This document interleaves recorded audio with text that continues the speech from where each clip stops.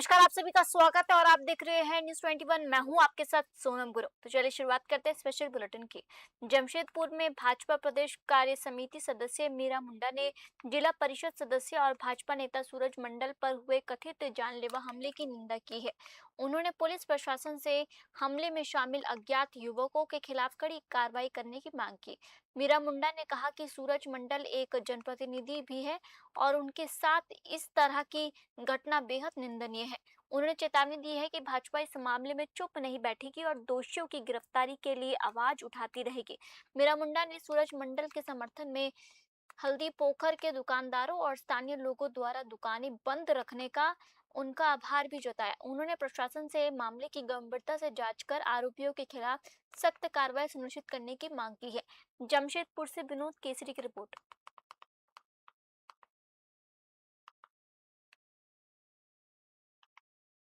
वो एक जन प्रतिनिधि है और वो जिला परिषद के सदस्य सम्मानित स्थान पर है।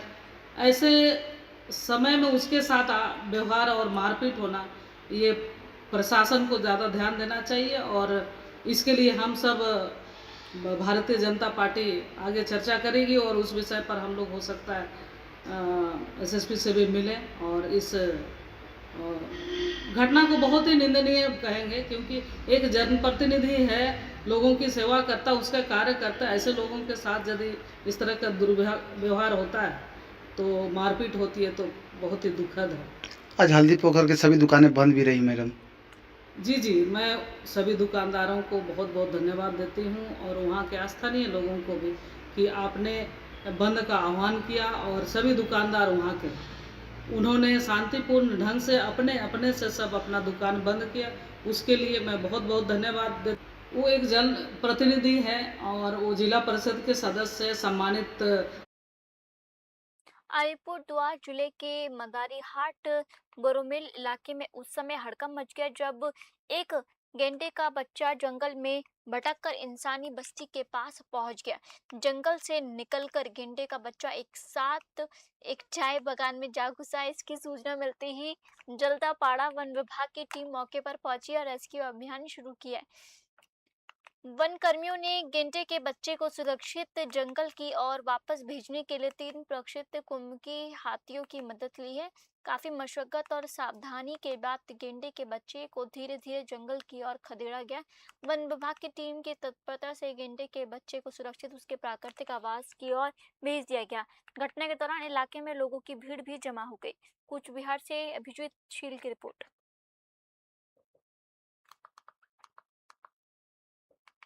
ओडिशा के कालाहांडी जिले के नरला ब्लॉक स्थित बुढ़ीपदर के श्री श्री भगवत स्वामी देवगिरी मठ में सावन के अंतिम सोमवार पर श्रद्धालु की भारी भीड़ उमड़ी। रिमझिम बारिश के बीच सैकड़ों बोलबम भक्त और सैकड़ों श्रद्धालु देवगिरी गुफा पहुंचे और भीतर स्थापित शिवलिंग पर श्रद्धा पूर्वक जलाभिषेक किया। धार्मिक मान्यता के अनुसार द्वापर युग में महर्षि सूर्य के परपोते गौसिंह दैत्य ने देवगिरी में तपस्या कर भगवान शिव की आराधना की थी। इस पवित्र तपोस्थली के दर्शन और पूजा के साथ ओडिशा के विभिन्न हिस्सों से श्रद्धालु पहुंचे। मठ के प्रबंधकीय ट्रस्टी सुनील कुमार ढंकड़ा माझी की देखरेख में पूजा अर्चना संपन्न हुई। श्रद्धालुओं के लिए रामानुज राइस मिल की ओर से महाप्रसाद की व्यवस्था भी की गई। आयोजन में ट्रस्ट बोर्ड के सदस्य और सेवकों ने सहयोग किया। कालाहांडी से जगदीश नायक की रिपोर्ट।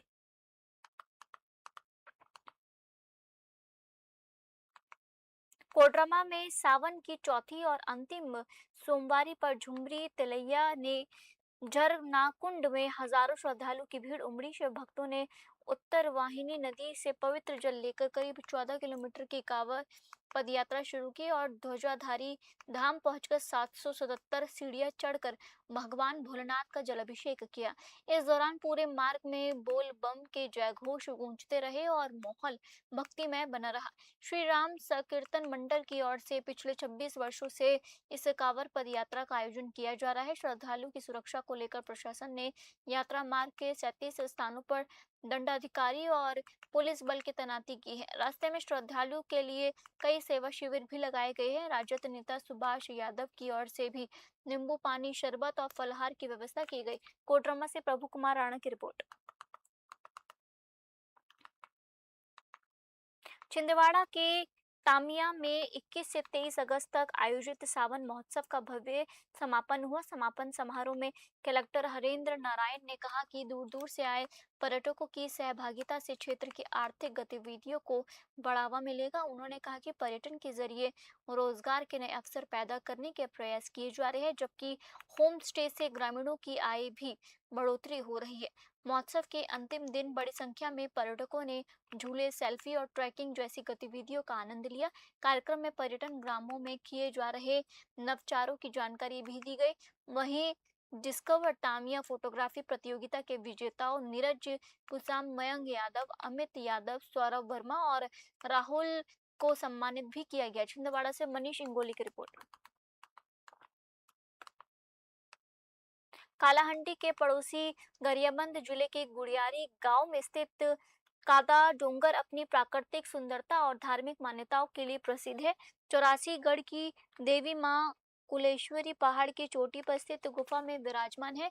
श्रावण के अंतिम दिन यहां सैकड़ों श्रद्धालु दर्शन और पूजा अर्चना के लिए पहुंचे। स्थानीय मान्यता है कि पहाड़ पर मौजूद एक प्राकृतिक जलकुंड का पानी कभी नहीं सूखता। पौराणिक कथाओं के अनुसार त्रेता युग में भगवान श्री राम और लक्ष्मण सीता की खोज के दौरान यहाँ पहुंचे थे और ऋषि सर्वम से मुलाकात की थी। पहाड़ पर लक्ष्मण संज्ञा, हनुमान संज्ञा और ऋषि सर्वम से जुड़ी गुफाएं आज भी आस्था का केंद्र है। मान्यता है कि भगवान राम की लंका विजय के बाद यहाँ विजयदशमी मनाने की परंपरा शुरू हुई। कादा डोंगर की तलहटी में स्थित 12 ज्योतिर्लिंग भी श्रद्धालु के आकर्षण का प्रमुख केंद्र है। कालाहांडी से सुधीर गोपाल की रिपोर्ट। क्या महत्व है कांदेश्वर धाम का? अब कांदेश्वर धाम का बहुत बड़ा महत्व है। यहाँ पे श्रद्धालु जो हजारों संख्या में जो है आ रहे हैं रोज, और यहाँ पे जो है पहले से प्राकृतिक संभव माने के विराजमान है कांदेश्वर धाम। और एक साथ ये तो हमारे रायपुर जिला संभाग भर में देखने के लिए नहीं मिलेगा, जो हमारे कांदेश्वर धाम कांदा डोंगर में माने 12 ज्योतिर्लिंग का स्थापना किया गया है। सभी भक्तजनों को एक ही साथ में पूरा 12 ज्योतिर्लिंग का जो दर्शन हो रहा है, वहाँ तक अच्छा बात है सर।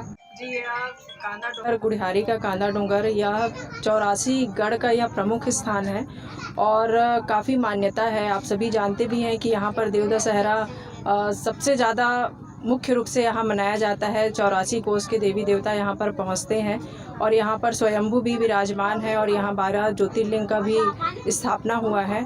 तो ये हमारा इस क्षेत्र का, इस 84 गढ़ का सबसे मुख्य स्थान है। क्या महत्व? जमशेदपुर प्रखंड मुख्यालय में एसआईआर प्रक्रिया के तहत मतदाता सूची के दावे और आपत्तियों को लेकर जनसुनवाई कार्यक्रम आयोजित किया गया। जनसुनवाई के दौरान बड़ी संख्या में लोग मौके पर पहुंचे। अपर जिला दंडाधिकारी मुकेश मचुआ ने बताया कि दावे और आपत्तियों की सुनवाई की जा रही है।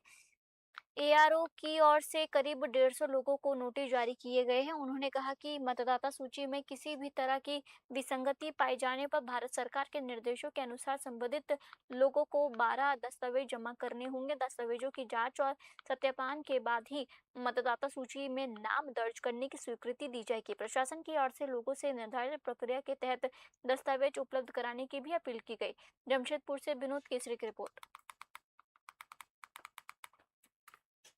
कहना चाहेंगे सर, आज काफी भीड़ लगी है प्रखंड मुख्यालय में। एसआईआर कार्यक्रम भारत निर्वाचन आयोग के निर्देशानुसार किया जा रहा है, जिसमें आज जमशेदपुर अंचल में कोटका विधानसभा के मतदाताओं का दावा, आपत्ति और जनसुनवाई के कार्यक्रम किए जा रहे हैं। जिसमें से अभी क्योंकि प्रखंड स्तर पर जैसे डुमरिया और कोटका